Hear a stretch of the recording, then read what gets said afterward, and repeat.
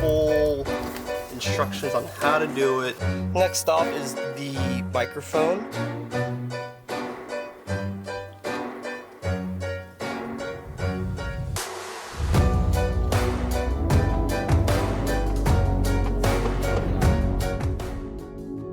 What's up guys, it's your boy John. We're back again here with another video for one of my most popular videos on my channel, the Honda Civic. Now I have the Honda Civic over there. It's the 8th gen Honda Civic. So if you have a Civic that looks like this, similar, then you're gonna be set. We have a Decida, 64 gigs. It's gonna be a lot. I'm gonna do a quick unboxing. It should be pretty quick. Oh, there you go. Now with these Decidas, they also come with a full instructions on how to do it. Boom, boom, look at that, everything's colored. Everything's really nice. It's like a brochure, it's nice and thick. It goes over Android Auto and all that. Now I got something extra, a little scented, but that's just for me. And you're gonna get some extra harnesses for the power cable and then the unit itself. Woo! Look at that. And then we have more cables. Really cool. Now, I'm going to cut to a video of me uninstalling it on this car right here, and then we're gonna cut it to installing the new one.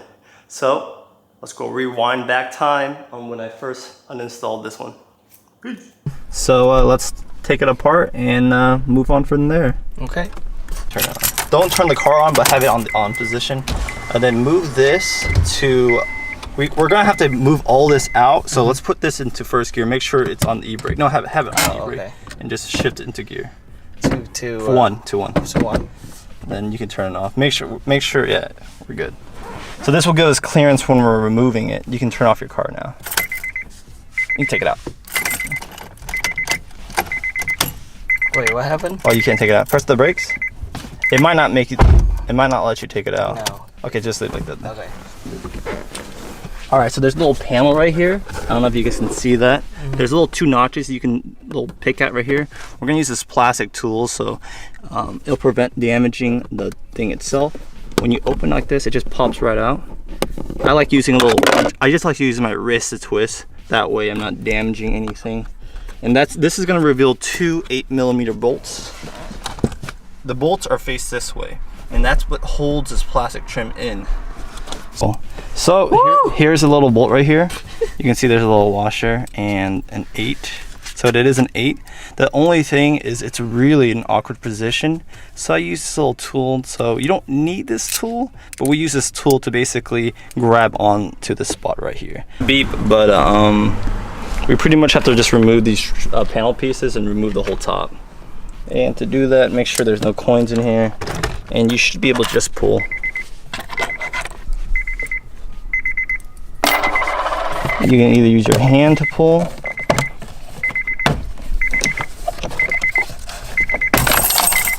that's one.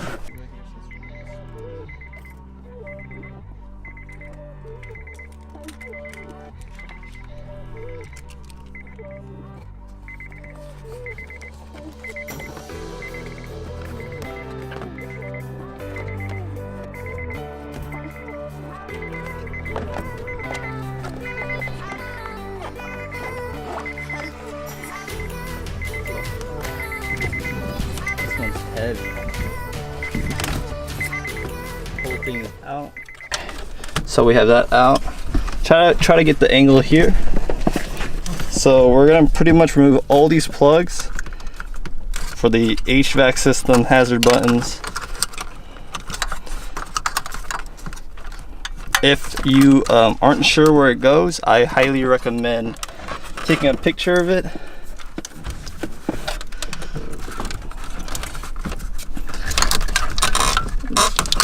So that's going to give a little more clearance.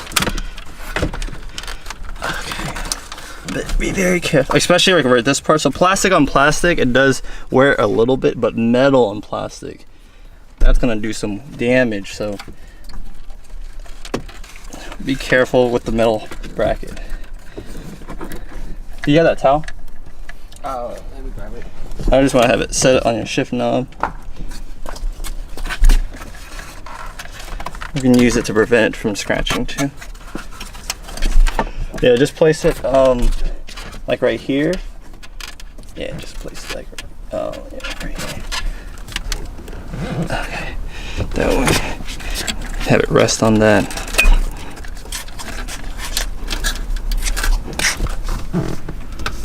Okay, that was easy. Oh yeah, then we have the HVAC one.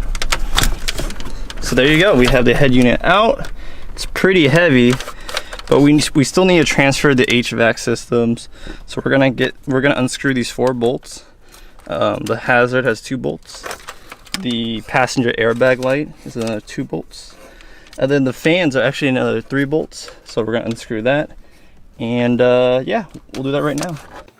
And welcome back to present day John. Anyways, we wrapped everything up in terms of removing everything, and I just reinstalled all the pieces from the original unit back into this new one, vents and everything. I did have to sand one thing a little bit down. So this bolt right here kind of stuck out too far. So I just kind of like grinded it a little bit so then the fitment is more flush. For some reason, that was just the case. Everything else is pretty chill.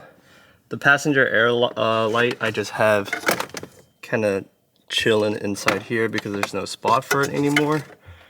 But yeah, let's just hook up the wiring. Alright, so we are going to be opening power cables for the wiring. And you have this one big one that goes to your OEM head unit. And that's pretty much going to be the majority of the work. You're also going to have the smaller one right here, which you're going to plug in as well. And then there is antenna. This is for the AC unit. And you just got to fish it to the back of this and plug it into, not really necessarily fish, but you just plug it in right here. Bada bing, bada boom. Now it's plugged in.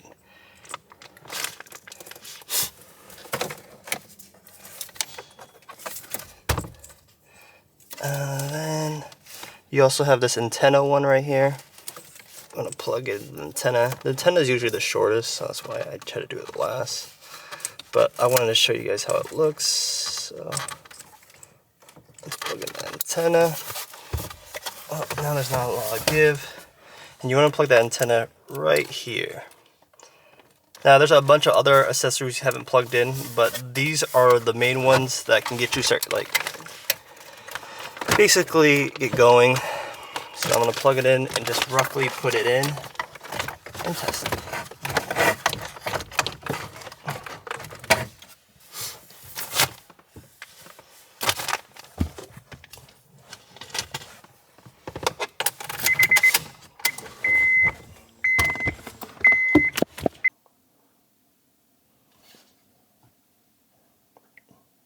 So Bluetooth pair. I'm on my iPhone 15 Pro and I'm just going to pair it like how you pair any Bluetooth device. Just search it right there. Up pops up car kit and the password 000 and hit pair. Boom, my iPhone's connected. And with these modern Android head units, it's generally pretty simple. That's it. So now that we know that the head unit works, we can do all the accessories. The accessories comes with things like the GPS antenna, the Wi-Fi antenna when it comes to 4G cellular kind of thing. Aux, here's your little like SIM card slot. We can add all these new features in. Backup cameras. I don't have a backup camera, but we could add it here. This is for subwoofer, RCA jacks. There's a ton of accessories. More USBs, more USBs. So there's There are a lot of accessories that we can add.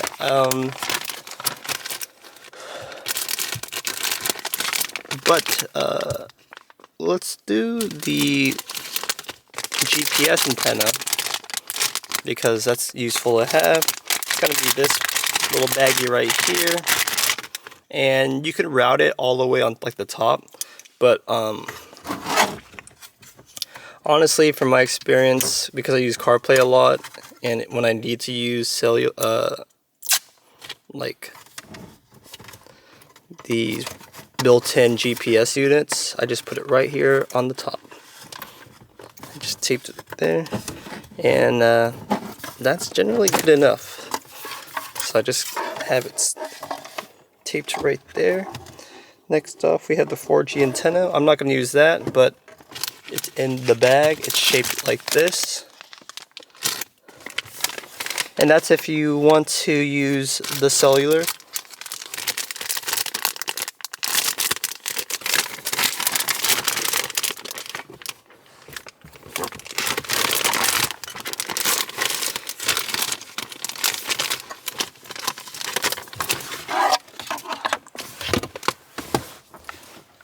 Next off is the microphone. I am going to fish it on top of the steering wheel, which is located right here, and I'm just gonna fish it behind the trim panels. Nothing really to show there besides kind of just snaking the wire through and through.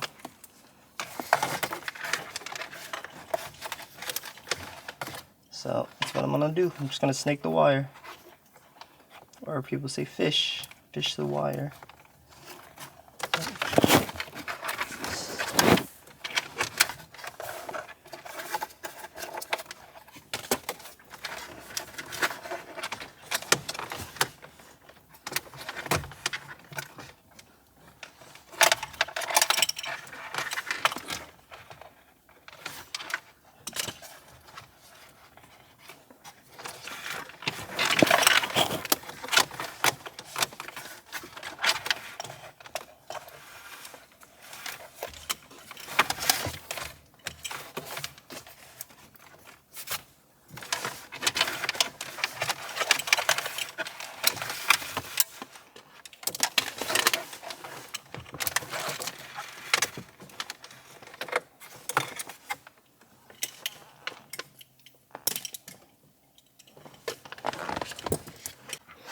Alright, the next thing I'm going to do is going to fish some of these wires, the USBs, and you can just tuck it through this little hole right here, and you get into the glove box. You don't need to remove the glove box or anything. There is a hole that's adequate size. You can just slip it right in. Makes it a little bit easier. So I have 3 USBs coming out, and you want to plug it in. Great thing about the SITA is it only fits one way. So like this 4-pin one right here goes right here, and then this purple one, there's a little notch on the side. This brown one, give or take, there is starting to be a little room restriction.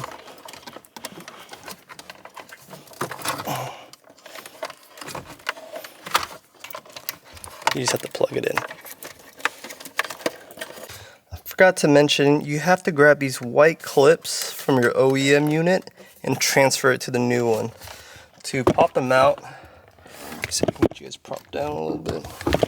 To prop them out, you just grab it from the top and then slowly bend it, and it'll slide right off, and you can pop it into your new piece. Let's do it again. Different angle. Slowly. Now they're plastic, so you don't want to break them. Let's just be gentle. Oh. Sometimes they shoot out too, so.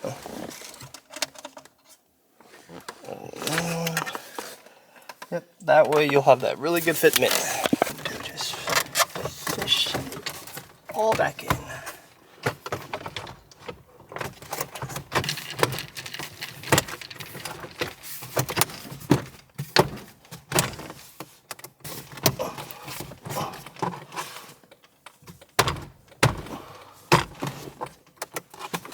USBs right here. Just clean it up a little bit. These are uses one of these too.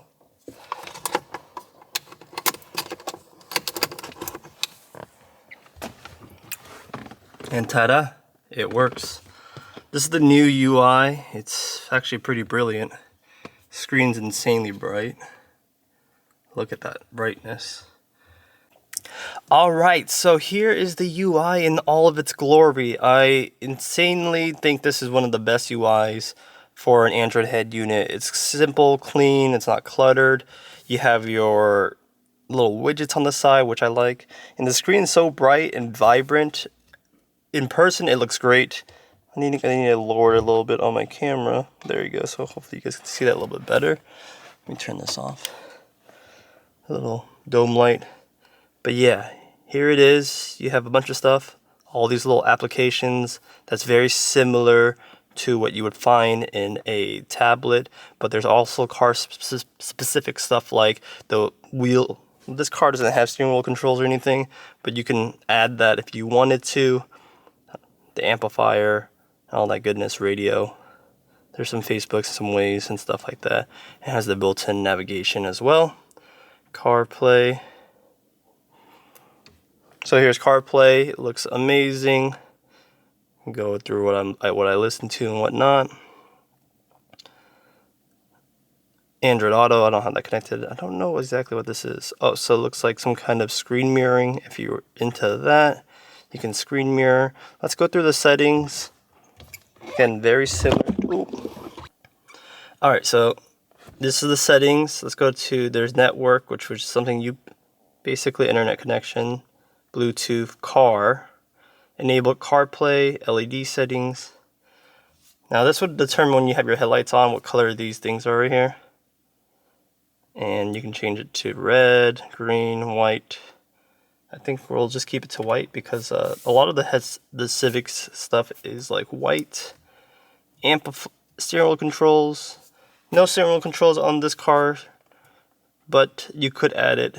Amplifier if you really want to tune the music. Navigation is all this extra stuff. Voice assistant. It's on Google by default. Driving settings is probably what you want to see. If you're watching Netflix or YouTube and the screen is black, make sure it says watch video while driving. You can have that toggled on. And you can do other stuff right here. I don't really recommend driving with watching video, by the way. It's more for your passengers. Extra settings. Auto sleep delay. So similar to your phone, when you press power on your phone, it goes to sleep. And when you press it, it instantly turns on. Same thing with this. If you go into the store, the gas station or something like that, boom, it's already back on.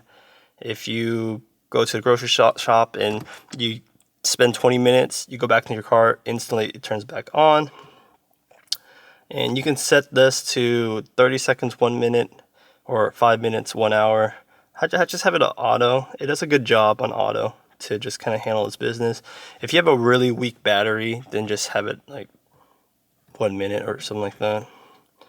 Backup camera stuff, display voltage. You can have it right here so you can display whether your car can start or not if you're using this too much while your car is off, kind of like what we're doing right now. Notifications, wallpapers, all this stuff is kind of boring. About machine. It's using the Android version 12. That's the kernel build number.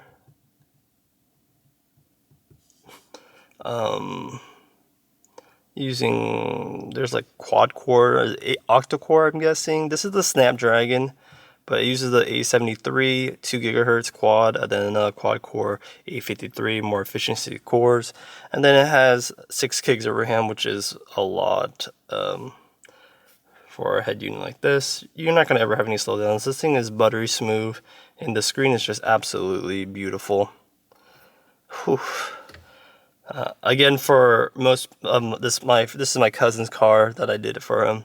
he only uses CarPlay and he loves how snappy and fast responsive. He just wants to get in the car, doesn't have to plug anything in, and just go. So with this new head unit, it's gonna be faster, it's gonna sound better. The display is the main upgrades over previous generation head units. So if you had like a 2018 head unit, if you want a more crispier screen, now's your time to upgrade this IPS panel, and there's like this QLED, and there's a lot of things that they're adding nowadays that I'll put a specs sheet down below. But I'm telling you, the quality of the screen is just so amazing. Like, I don't know if I can show you how good this looks.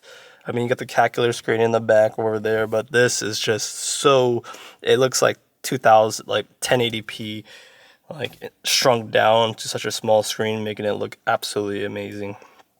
But yeah, thank you guys for watching this head unit. Bravo, good job, Decida. If you guys were interested in getting this head unit, I'll leave the link down below. Thank you guys for watching. I'll catch you guys in the next one. Peace.